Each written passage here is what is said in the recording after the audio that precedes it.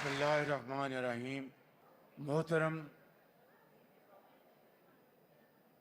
سردار محمد یوسف صاحب، وفاقی وزیر مذہبی امور، اخ الکریم، أين أخ سفیر موجود هنا.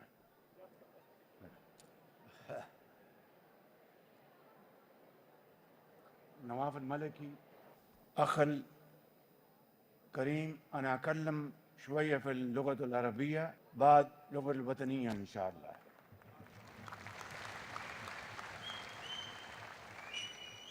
اليوم أريد أن أتحدث عن موضوع مهم جدا وحساس، وهو رسالة الإسلام في السلام. فالإسلام دين قائم على السلامة والمحبة والتسامح وخير الإنسانية. وكلمة الإسلام مشتقة من السلام، وهذا دليل واضح على أنه دين السلام.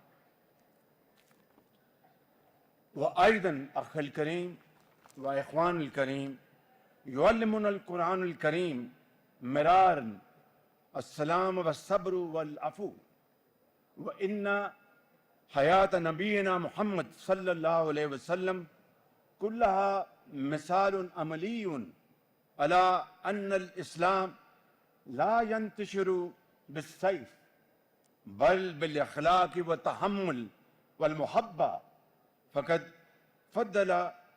صلى الله عليه وسلم أصبر في مواجهة الظلم وحسن المعاملات في مقابلة العدو. هذا نقطة مهمة جدا. والآن أنا أتكلم في اللغة الأردية. شكرا. مہمانان گرامی، آج یہ عظیم الشان اجتماع جو کہ ہمارے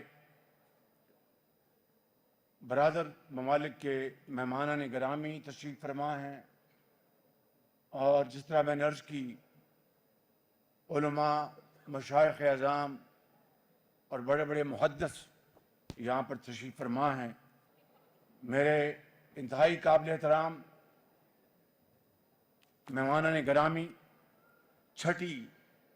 پیغام اسلام کانفرنس کے انعقاد پر پاکستان علماء کونسل اور انٹرنیشنل تنظیم حرمین شریفین کونسل کو اس شاندار اجتماع کے انعقاد پر میں مبارکباد پیش کرتا ہوں. اور یہ اجتماع، یہ فقید المثال اجتماع اتحاد امت کی جھلک پیش کر رہا ہے، اور درپیش مسائل کے حوالے سے یکسوئی، یگانگت اور بھرپور محبت کا اظہار کر رہا ہے. میرے انتہائی قابل احترام بزرگوں، بھائیوں اور بہنوں، قوم کی بیٹیوں اور انتہائی قابل بچے اور بچیاں، میں یہاں پر یہ عرض کرنا چاہتا ہوں، امت مسلمہ کے اور ہمارے پیارے دین اسلام کے لیے جو خدمات آپ نے انجام دی ہیں، مجھے پورا یقین ہے کہ باہمی اتحاد اور محبت اور مثالی کردار کے ذریعے انشاءاللہ ہم ان مسائل کا حل نکالیں گے. اور اسی طریقے سے یہ کانفرنس ایک ایسے مرحلے پر منعقد ہو رہی ہے جب حال ہی میں خطے اور دنیا میں ایک نئی تاریخ رقم کی گئی، اور وہ یہ کہ ایران اور امریکہ کے درمیان 11 اور 12 اپریل کو پچھلے مہینے مذاکرات ہوئے، اور میں ایران کی قیادت اور امریکہ کی قیادت کا ہم سب شکریہ ادا کرتے ہیں، جنہوں نے پاکستان کی دعوت پر وہ یہاں پر تشریف لائے اور پھر عارضی جنگ بندی پر متفق ہوئے اور ثالثی کے حوالے سے پاکستان کی انہوں نے دعوت قبول کی۔ یہ ہے میرے بزرگوں، بھائی اور بہنوں اور نوجوان قوم کے بیٹوں اور بیٹیوں، یہ ہے وہ اعتماد، تاریخی اعتماد جو کہ دنیا نے پاکستان کے اوپر کیا۔ میں سمجھتا ہوں کہ حالیہ تاریخ میں اس سے کوئی شاندار مثال نہیں ملتی بالکل۔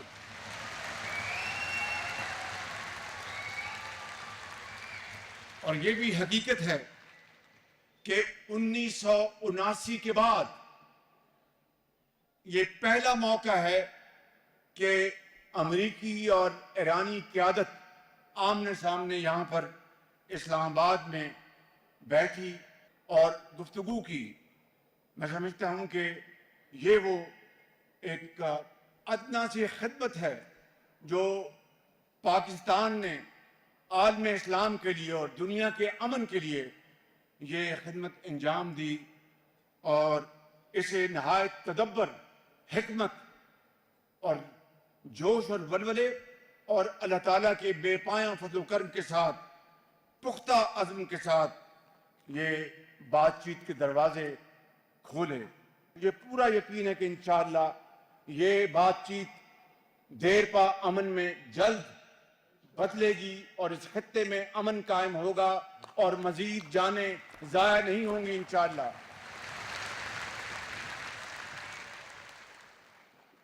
اور اس حوالے سے جہاں پر پاکستان نے یہ ایک تاریخی رول ادا کیا، وہاں پر میں اپنے انتہائی پیارے بھائی سعودی عرب کے ولی عہد شہزادہ محمد بن سلمان کو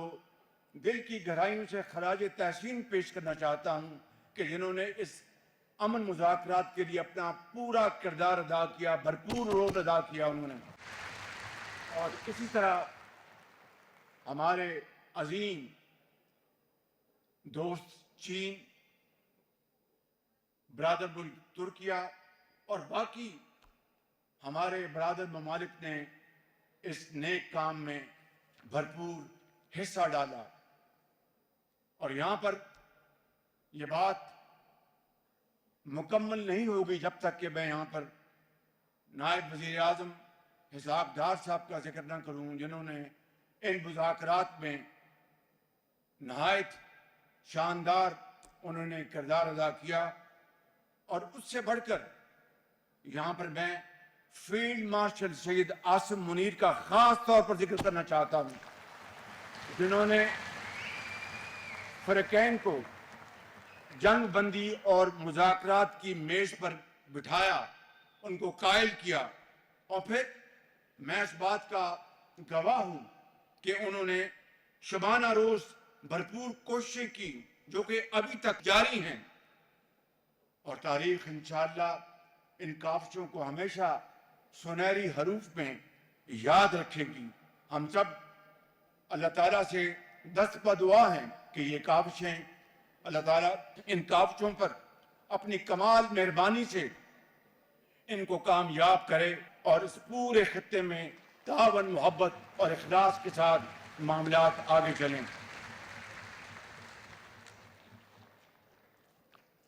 میرے انتہائی قابل احترام علماء کرام، یہاں پر میں یہ بھی عرض کرنا چاہتا ہوں کہ حالیہ آزمائش میں جہاں پاکستان نے امت مسلمہ اور دنیا بھر میں امن کے مفاد کے لیے ایک نہایت متوازن اور اصولی موقف اختیار کیا، وہاں سعودی عرب اور پاکستان کے درمیان برادرانہ تعلقات کی بھی ایک نئی تاریخ رقم ہوئی ہے۔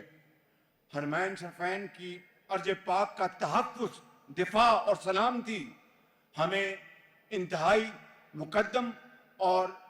جان سے زیادہ عزیز ہے۔ دونوں برادر ممالک کے درمیان باہمی دفاعی معاہدے ہمارے اسی آہنی عزم کی تجدید کرتے ہیں، اور دین اسلام امت کے اتحاد، باہمی احترام اور پرامن بقائے باہمی پر زور دیتا ہے اور تفرقہ تنازعات کو مسترد کرتا ہے۔ حالیہ بحران کے دوران فرقہ و مسلک سے قطع نظر کہ کون کس فرقے سے تعلق رکھتا ہے، کون کس مکتبہ فکر سے تعلق رکھتا ہے، پوری قوم یا 1947 میں جب پاکستان مارز وجود میں آیا تو اس وقت تمام مکاتب فکر کے لوگ یکجاں دو قالب تھے، اور اس کے بعد اس موقع کے اوپر پوری قوم سیسا پلائی ہوئی دیوار کی طرح ایک ہے، اور وہ یہ چاہتی ہے کہ امن قائم ہو اور جنگ کا ہمیشہ کے لیے خاتمہ ہو۔ میں سمجھتا ہوں کہ یہ کردار پاکستان کا انشاءاللہ آئندہ بھی جاری اور ساری رہے گا، اور علماء کرام کی خدمت میں بڑے ادب سے عرض کرنا چاہتا ہوں کہ یہ اس موقع کو غنیمت جانتے ہوئے آپ امت میں مزید اتفاق پیدا کریں، اتحاد پیدا کریں، اپنی شیریں زبان سے، اپنے علم سے۔ آپ میں سے بے شمار یہاں پر حفاظ قرآن تشریف فرما ہیں، بڑے بڑے محدث تشریف فرما ہیں،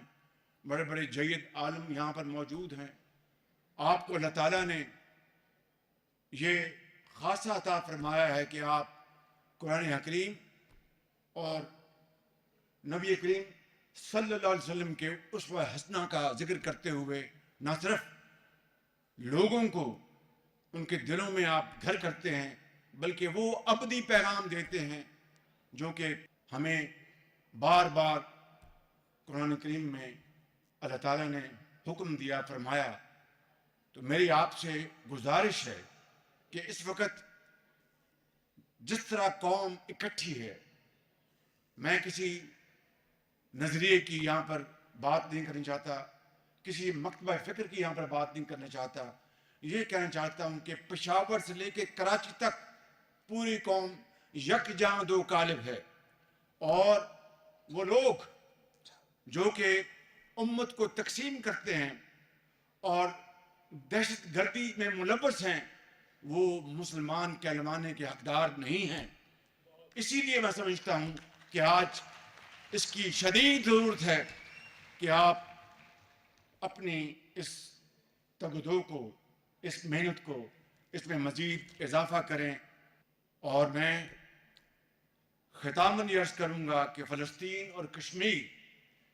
پر پاکستان اپنے اصولی موقف پر نہ صرف قائم ہے، بلکہ آج میں اس کی پھر دوبارہ تجدید کرتا ہوں، اور میں آپ سب کو حکومت پاکستان کی طرف سے اور عوام کی طرف سے یقین دلاتا ہوں کہ اپنے مظلوم کشمیری بھائیوں اور بہنوں کی آزادی اور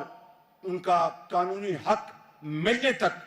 پاکستان کشمیریوں کا اور فلسطین کا ہمیشہ ساتھ دیتا رہے گا، جب تک کہ وہ آزاد نہیں ہو جاتے۔